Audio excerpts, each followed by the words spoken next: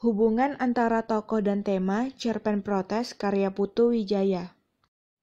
Cerpen protes di sini menceritakan tentang lekatnya kehidupan manusia lewat tokoh Baron yang menerangkan bahwa pembangunan sebagai mitos yang memungkinkan pihak tertentu untuk merusak alam.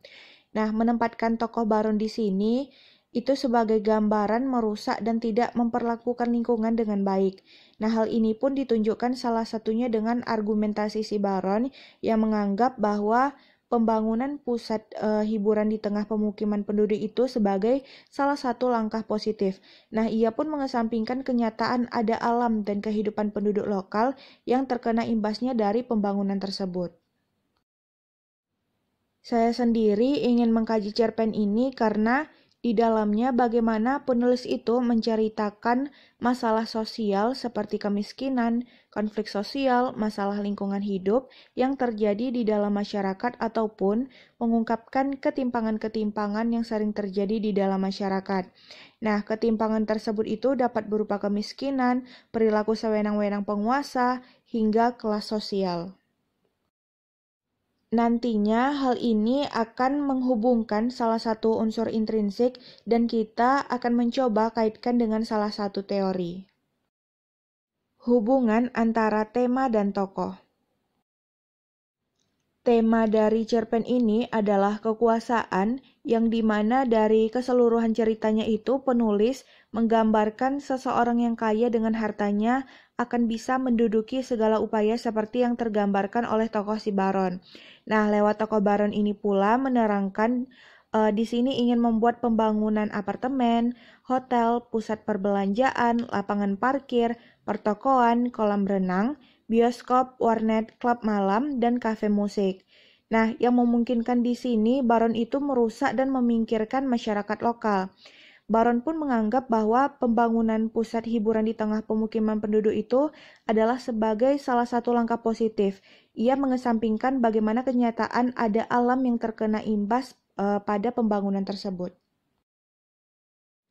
Selain itu, watak dari tokoh Baron ini pun digambarkan orang yang suka membandingkan kehidupan dengan orang lain yang terdapat dalam kutipan berikut.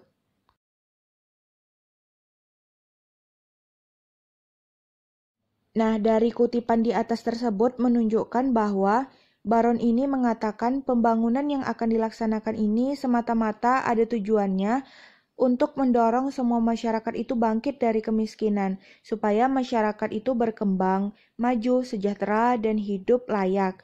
Nah, dan Baron di sini menganggap bahwa masyarakat sekitar kehidupannya itu belum layak atau miskin, dan di sini juga Baron mengatakan rumah masyarakat itu tidak layak untuk dihuni. Nah, bagaimana hubungan antara tokoh Baron dan tema dengan kaitannya teori sosiologi sastra? Sebelumnya, melalui teori sosiologi sastra ini, kita bisa melihat bagaimana membahas tentang penelitian yang terfokuskan pada masalah sosial. Nah, masalah sosial pada cerpen ini pun seperti kemiskinan, konflik sosial, masalah lingkungan hidup yang terjadi di dalam masyarakat, ataupun untuk mengungkapkan ketimpangan yang sering terjadi di dalam masyarakat. Nah, ketimpangan tersebut itu dapat berupa kemiskinan, perilaku sewenang-wenang penguasa, bahkan kelas sosial.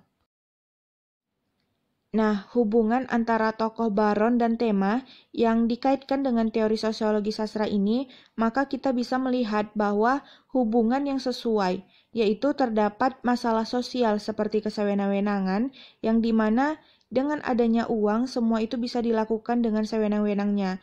Bahkan untuk membandingkan strata kehidupan itu hal yang biasa saja.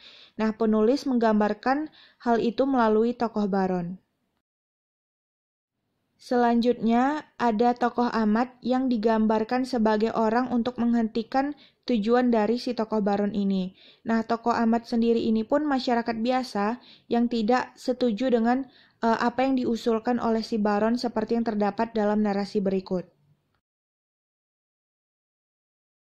Nah, dari narasi di atas, maka tergambar bahwa Ahmad ini ingin menjawab dan memberikan tanggapan, tetapi si Baron sudah memotong pembicaraan si Ahmad.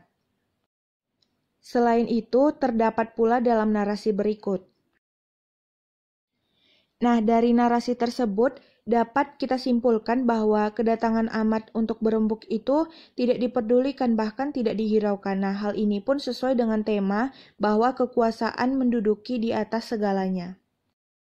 Nah, hubungan antara tokoh Ahmad dan tema yang dikaitkan dengan teori sosiologi sastra ini, maka dapat kita lihat bahwa ketimpangan dalam status ekonomi. Penulis pun mengungkapkan fakta bahwa kebanyakan masyarakat kelas bawah itu dia tidak bisa berbuat apa-apa terhadap kekuasaan yang sewenang-wenang, seperti yang tergambarkan oleh tokoh Ahmad ini.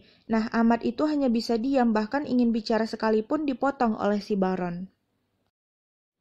Berdasarkan hubungan antar unsur intrinsik, yaitu menghubungkan antara tokoh dengan tema, cerpen protes karya Putu Wijaya dan dikaitkan dengan teori sosiologi sastra ini, maka dapat memberikan kontribusi pemahaman kepada masyarakat tentang kekuasaan ataupun kesewenang-wenangan yang digambarkan dalam penggambaran tokoh tersebut. Nah, dan kaitannya dengan teori sosiologi sastra tepat untuk membahas tentang cerpen ini yang terfokuskan pada masalah sosial. Nah, sekian dulu teman-teman pembahasannya. Semoga bermanfaat dan menambah wawasan bagi kita semua. Terima kasih sudah menonton.